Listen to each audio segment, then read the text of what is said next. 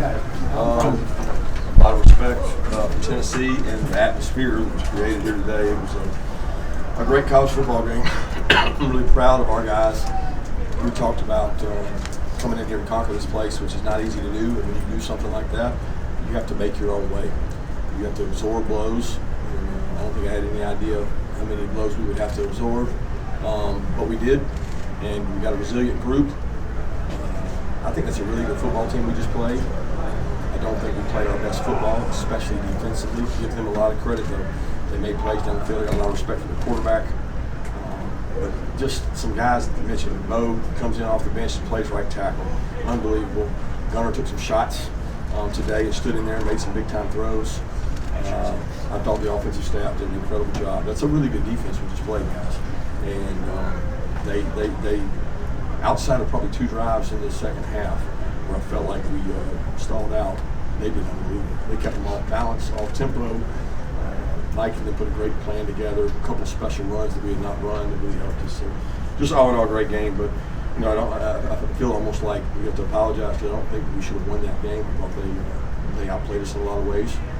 That's the way it goes. I mean, I've had one against them about 9 or 10 years ago that certainly went that way. So it comes and goes. Kirby, what did Gunner show you? Just resiliency, man. He's so tough. I mean, he takes shot after shot. You know, I thought he did a good job with the run game. I'm talking about his run game. It saved us on a couple third downs. Red area, he made a couple runs. That +1 run game can be big for us if he can protect himself. I thought he grew up today. He grew up alive. He stood in there, and the 4th down throw he made was really good. And protection was better. I still don't even trust the pocket and stay in there, but you know that's who he is. I think we're going to evolve with him where we can scramble and make some really big time plays, and he'll keep his eyes downfield when he scrambles. The 4th down pass to London, what did you guys sort of see there pre-play, and then what does it say about Gunner that he's able to make that perfect of a throw? Pre-play? Yeah, before the play.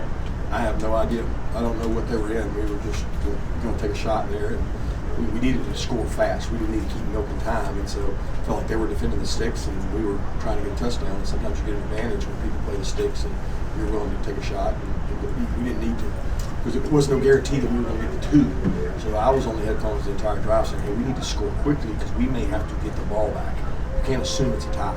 It's a 2-point conversion to play the game because that actually gives us a chance. You've talked a lot about how young this team is. What does it tell you about this team today that they went on the road in a hostile environment and won a game that, like you said, maybe you feel like you maybe shouldn't have? Yeah, they grew up. I mean, look, defense for 2 weeks has heard about how good they are. They got punched in the face. I did think we played the run well early, and then we started having to make some adjustments to sacrifice some on the run to protect some guys. And the pass, we've played them well. We didn't give up big plays. Today we didn't do that. And it's not all on the corners. We didn't have a guy in the middle of the field. There should be a guy in the middle of the field. They can't throw that ball to the first one. We misjudged the ball. I mean, they're correctable things. It's a good thing, and we really weren't beat. We just misplayed it, and that's tough to swallow. Kirby, in your experience, if you're going to have a special season, don't you have to win something like this where maybe you don't deserve to win, but you find a way on the road? Yeah, most people you would say. I mean, I would prefer it not be this early in the season, but I mean, it doesn't get any easier from here. Look, our league, I don't know what's going on in college football today. This league is tough. I mean, every Saturday, I think games are going to be like that. I told our team I would not be shocked at all if it's a 4th quarter game and it comes down to 1 possession, which it did. Saw more of Josh McCrae tonight. Just how far has he come since maybe starting a little bit from behind, and what did you see from him tonight? So, a big man. He was the difference maker. We thought our advantage was our conditioning. We felt like we were a better conditioned team. And I really thought there after the first drive, second half, all right, here we go. We're getting ready to rock and roll and try to, but they bowed their neck. They got they were a playoff football team, and they stopped the run some and forced us to do different things. But McCrae was great today. He was really instrumental. I told him in overtime, I said, guys, let's get this big guy going. And of course, Nate had the big run, and then he came in and finished it off. He's a great compliment to what we have. Can you speak to the accomplishment of winning 5 times in a row this season and 9 times in a row? Well, I lost a lot of times in a row as a player. So, I mean, it still sticks with me. I have a lot of memories, good and bad, of playing here. But 5 in a row is a lot. I mean, dating back to Alabama, it's probably more than that. Kirby, I know you said that Gunner grew up today, but where do you think this helped him in his confidence, especially in the passing game this week? I think it was immense for him. And he's still, I mean, I want to judge you by watching the tape. There's plays in there that can be made, but he's got to settle down and have confidence. The best thing he's got is his legs. And he's got a good arm, but he's got to trust his legs and use them to extend plays, not just run. These guys are fast and all that. He tries to run the sideline, and he might only get 2 or 3 yards. Where if he runs north and south and sticks it up in there, he's going to find some honey holes in that pocket. I think right now, when he steps back, it's hard to pass pro for a quarterback that goes back and does those things. But he's growing up. He's getting better. I'm going to tell you what he did now. There was a lot of information Coach Bobo put on him. Check this, do this. They had a great plan. I felt like put together. And a lot of it was check system for him. And this crowd noise, he did a really good job. The first drive, guys, that was like clockwork. How did you try to keep the defense's confidence up? You know, when they need to stop them? Oh, they didn't. That defensive group in there, they ain't losing their confidence.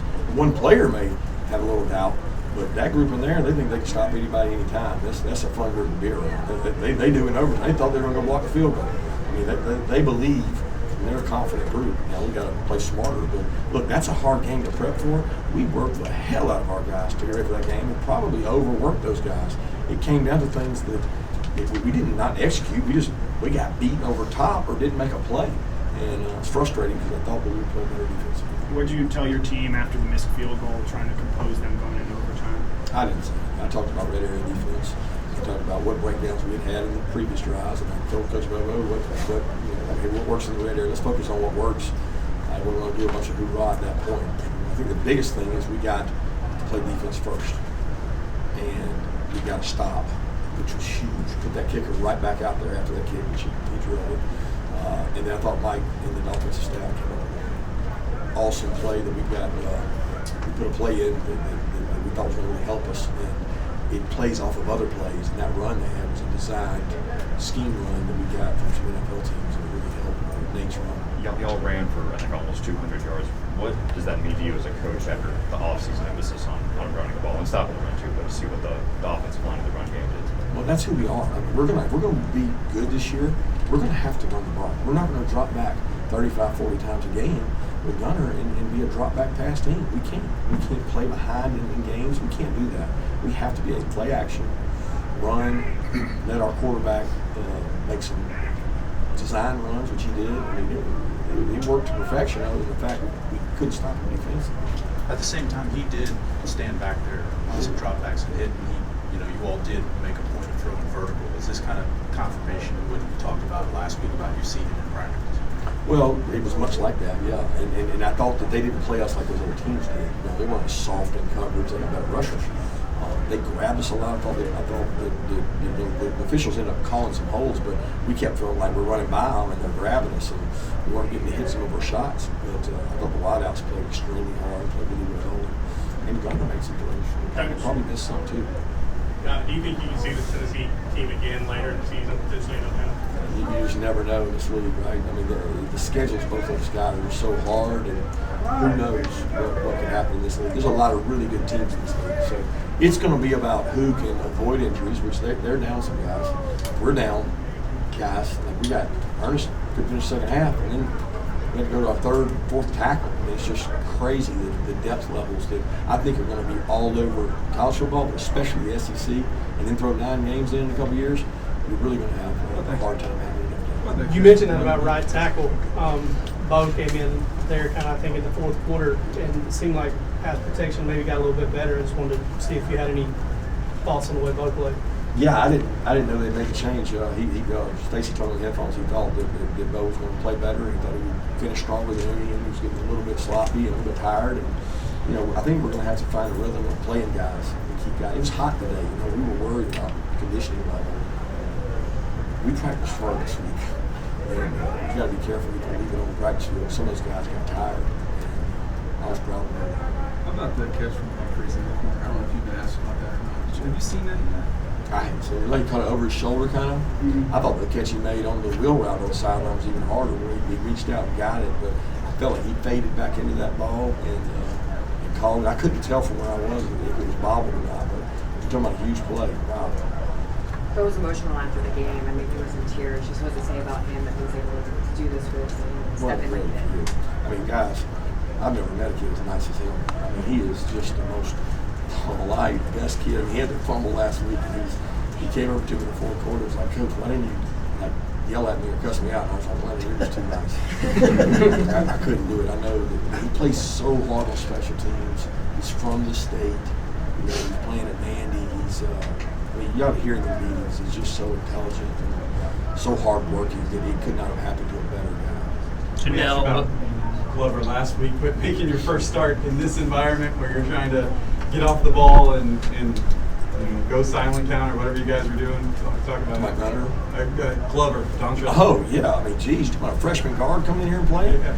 I mean, incredible. I don't know how he played. They were saying one of the runs that we thought we should have scored on. We kept having to kick field goals in the red area. One of them, they had a run through. They said was his, but I mean, he didn't come mid-year.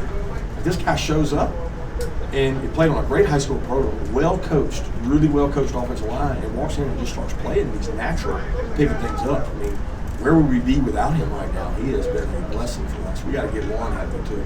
Janelle with the pick and several other plays. Just what did you see from Janelle tonight? Well, some good and bad. You know, he missed a couple tackles there. He had the man-to-man late in the game. It's third down. If we stop him, then we get the ball back. And Jonell works really hard. That game is a little anxiety for him because he doesn't like tempo, having to get lined up, thinking and changing the calls. He gets frustrated with that. And he didn't get to play against him last year. We moved Dan Jackson down there, and he played well. I was really happy he got the pick. Kirby, you talked about naysayers in the post-game interview on the broadcast. What kind of message does a win like this send?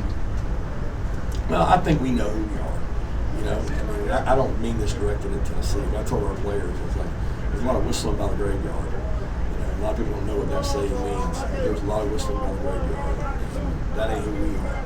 So I'm not saying, I don't think Tennessee is. They're physical and they're tough.